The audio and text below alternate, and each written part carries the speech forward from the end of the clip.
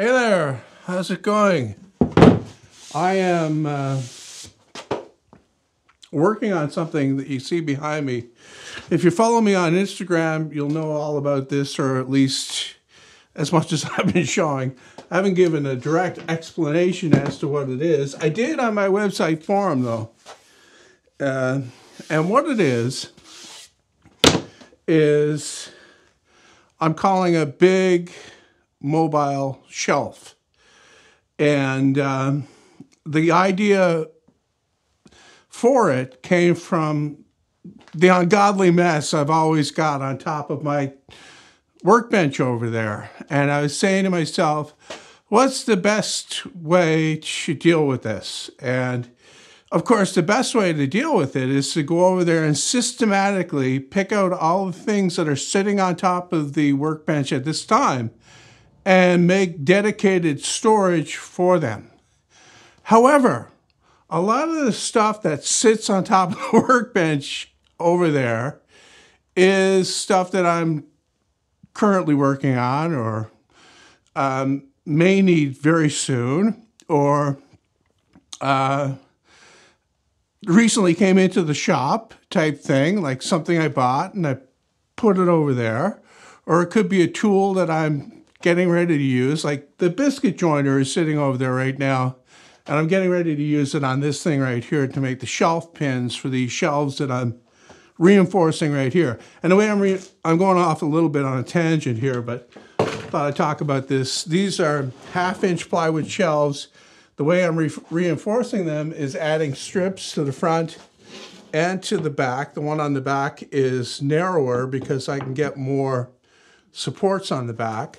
And I got these strips basically from scraps that I had, left over from cutting out all the parts for this over here. So I think that's a very effective way of dealing with the scrap, to put it to good use. And by thickening the edge there up to 1 inch like that and gluing that on solidly, that adds a lot of strength to that shelf. And these shelves are for the back of the unit. The back of the unit, as I'm calling it, will face away from the audience whenever I'm doing a video, hopefully. And it will hold the majority of the junk that's on my workbench over there. It's a place that I can just go and throw stuff and not worry about it, which is basically what I've been doing with the workbench. I can take stuff and throw it there and not worry about it because I never use the workbench. I assemble everything over here, as you can see right now. So that's part of the solution. To build this thing right here, that's going to hold all that junk basically on the back. It's also got space on the front. I'm calling it the front. That's more nicer, more nicer, looks better, more dressed up. I took the time to put trim on it. I won't do that on the back.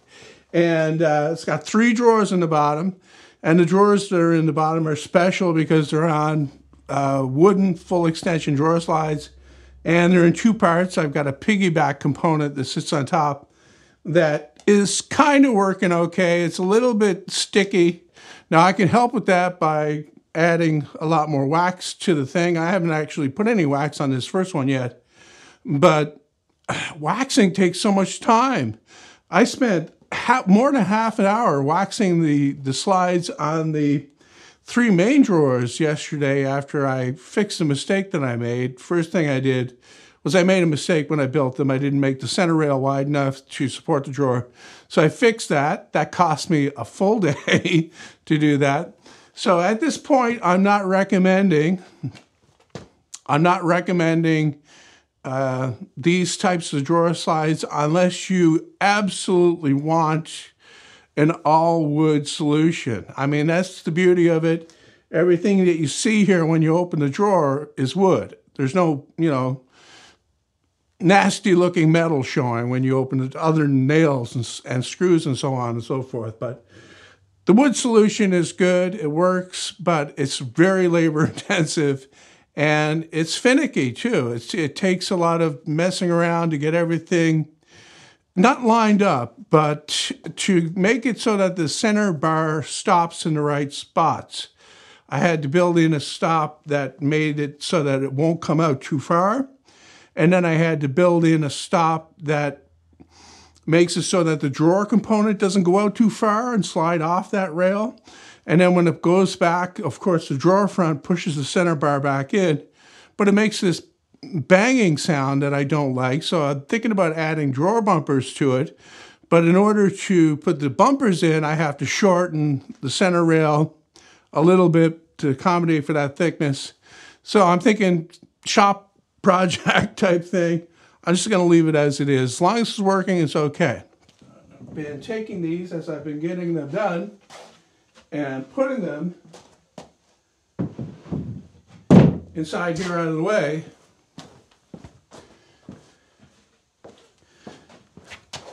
Because the major problem that I have, and I'm sure other people have it as well, is I will forget that these are shelves sitting over there, and I'll use them for something else. I did that yesterday. I had the bottoms for these drawers, a piece that was exactly the right width as it happened. I mean, I don't know how it fluked into that, but it was exactly the right width. I didn't have to cut it for that. And it was the right length to get 3 drawer bottoms out of. And lo and behold, I cut it off for some other reason. And as soon as I started making the first cut, like I was halfway down the sheet, I said, oh man, you screwed up and you use this now. Where are you going to get more plywood? So I had to go into my shed and get the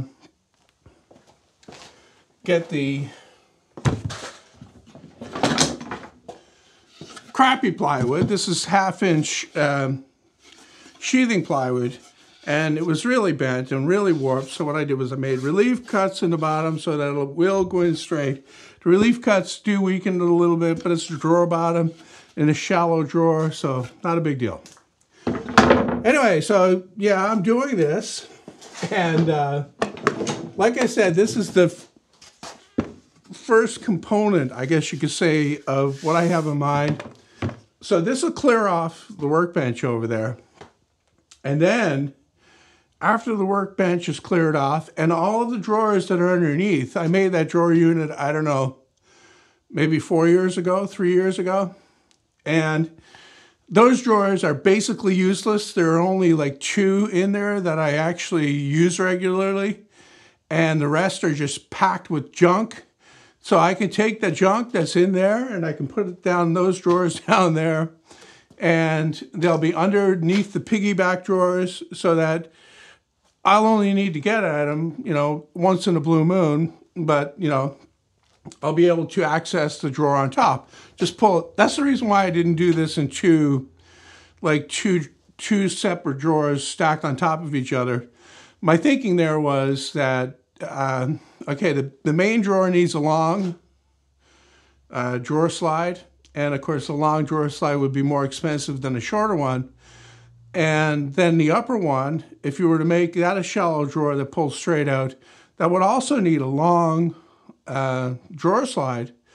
But by mounting it like that sideways, you get away with a much shorter drawer slide because it slides sideways, and I think it's like 13.5 inches. So if you're going to do this like in a kitchen or something like that, which would be kind of cool, you could have like a 22-inch drawer slide for the main drawer and then have a 14-inch drawer slide, or a 16, even a 16, for the piggyback one that slides sideways. So you open the drawer, and underneath you got those utensils that you never use. And on top you've got stuff that you use often. And if you need to get at the stuff that's underneath, you slide the thing sideways. But normally you would just open the drawer and you would get at the stuff that's in the top, because that would be the stuff that you use more often. That's the concept. Anyway, to get back to what I was talking about with the other component of what's going on here, is I'm going to be building a new workbench, except it's not going to be anything like that thing over there. It's going to be a combination of workbench, actually more of an assembly table, and outfeed for my saw. This saw for now, and then my new saw when I get back on that and get that done. And you might be asking, well, what about the new saw, John? When are you going to get back to that? Well, I want to get rid of this stuff first. I want to get this stuff done first and get it out of the way, because this is clutter and I got a good solution for it. And I think it's a solution that should be done. So I'm going to do that, get that out of the way. Then almost immediately after I get this workbench thing done, I'll get back on the table saw again. And my schedule is probably for some time in January, when I'll be like back into the table saw build big time. And then I can't say for certain how, quickly it'll progress from there, because it's a big job and I don't want to rush it. Not like I did with the jointer. I want to make sure I get everything perfect when I go through the first time. If not perfect, at least I want it to be so that I'm happy with what's going on. So this new outfeed table / assembly table / workbench will sit right here most of the time, because it'll be the outfeed table. And whenever I'm assembling something for a video, I'll be assembling it right on there rather than the table saw. And of course the table saw could be an extension of that if it's something long, And it will also be mobile and have storage underneath.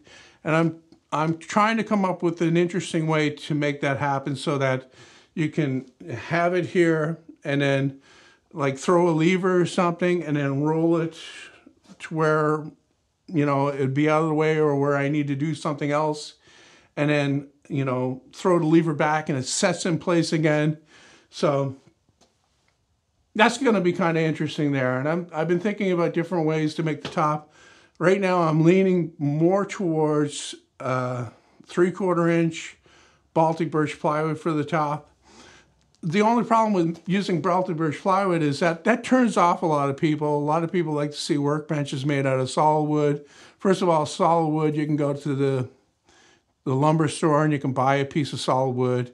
You can buy 1 or 2 pieces of that, whereas a sheet of plywood is not going to fit, in your compact car or whatever. But from now on, I'm going to be basically, unless there's a plan involved, that goes along with the project, I'm going to be building things the way that I want to build them, the way that I think that they should be built. And 3/4 inch Baltic birch plywood for the top of this workbench would be perfect. And I would drill a series of holes, very much like the, I don't know what it is, multifunction table, they call them. I'm kind of with the holes idea because it gives some versatility. And I'm also against it because you can't put small things on there. It's going to maybe fall into the holes. So it's kind of a plus and minus type deal with that. Also, another way of looking at it is that there generally won't be anything on that, because I'll need to use it as the outfeed table for the table saw. So that keeps it clear as well. So any holes that are in there are really not going to matter. If I have a tray for small stuff on the side, like one side, I think that would work out best.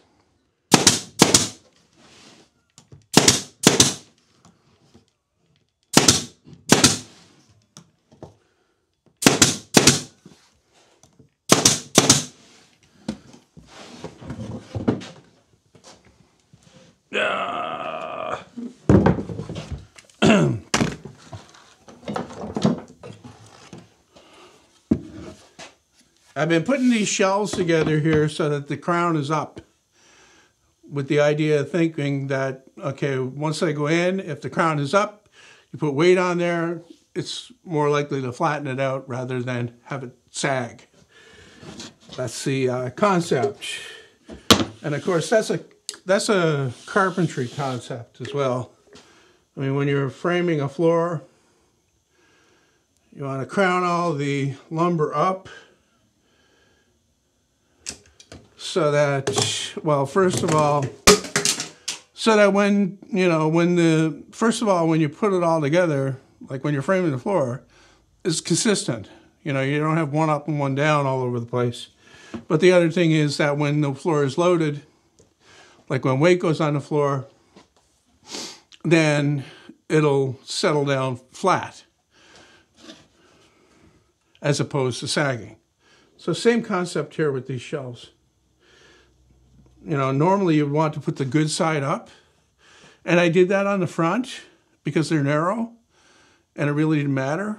But on the back here, I'm not too concerned about the way things look because I'll probably never see the surface after I get this thing, you know, put into service. All right, so that's the last of those.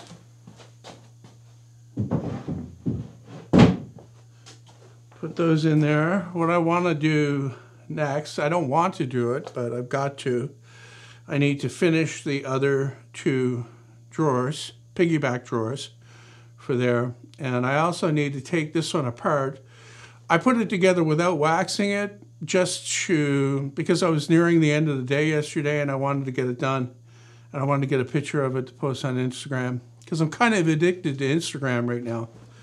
I don't know how long that'll last. So I have to take that apart and wax it.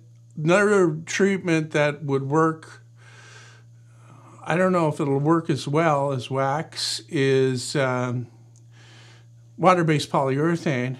And I've done that in the past with drawer, not these ones here, because this is just my second time building these types of drawer runners here. So I really don't have enough experience to know what works best with it. Another thing I could do is put Vaseline in there. Vaseline works well, and it stays slick. The original lubrication that I tried with this was paraffin wax, but paraffin wax that I have is too stiff. It's not like candle wax. Candle wax has some other stuff mixed in with it that makes it creamier, and then once it goes on, it kind of sticks better. This paraffin wax, basically you rub it on. Some is left behind, obviously, but it doesn't, you know, have a build like candle wax does, and it certainly doesn't build like the paste wax that I have here. And the thing I like about this paste wax is that it has turpentine in it, and I love the smell of turpentine. When I was a kid, my mother used to paint with oil paints, and this is, of course, turpentine is the thinner that you use for that. So it kind of brings back good memories, I guess. And I walked out here yesterday after waxing all of the drawer slides on the big drawers. The air was heavy with the smell of turpentine. It smelled really good. Anyway, I'm rambling, so I'm going to shut this one down. This project, I'm running a little bit late because I lost a day. I lost a full day to the drawer slides thing. So I don't know if it'll be ready for this weekend. I may do something else, smaller project that I'll post. Lately, I've been trying to post at least one video per week on my main channel, and that's to keep the views up and keep the money rolling in. I'm having a little bit of a problem lately with taxes that I'll probably go into in a video, a public video, at a later date when it's all sorted out, which may take as much as a year, the way that, you know, these crooks work. But yeah, I've been trying to keep the content coming out, basically to keep the income up, because I don't want to be poor. I don't want to be out on the street. And that's where the government wants you to be, out on the street, on welfare. So what I'll do is I'll work my ass off all my life, and then I'll just give that up, and I'll go on welfare, and I'll get back the money that they stole from me. How does that sound? Just had to record this to point out something that I was thinking about after I stopped recording what I said about taxes, because just to clarify, a lot of people immediately think when you say you have taxes problem, it means that you're trying to get away with something. You did something wrong. Well, I didn't do anything wrong, okay? And that's what makes this such a problem, because it's costing me money to get it resolved. I'm well over $2,000 already just to try to get this resolved. And I did absolutely nothing wrong.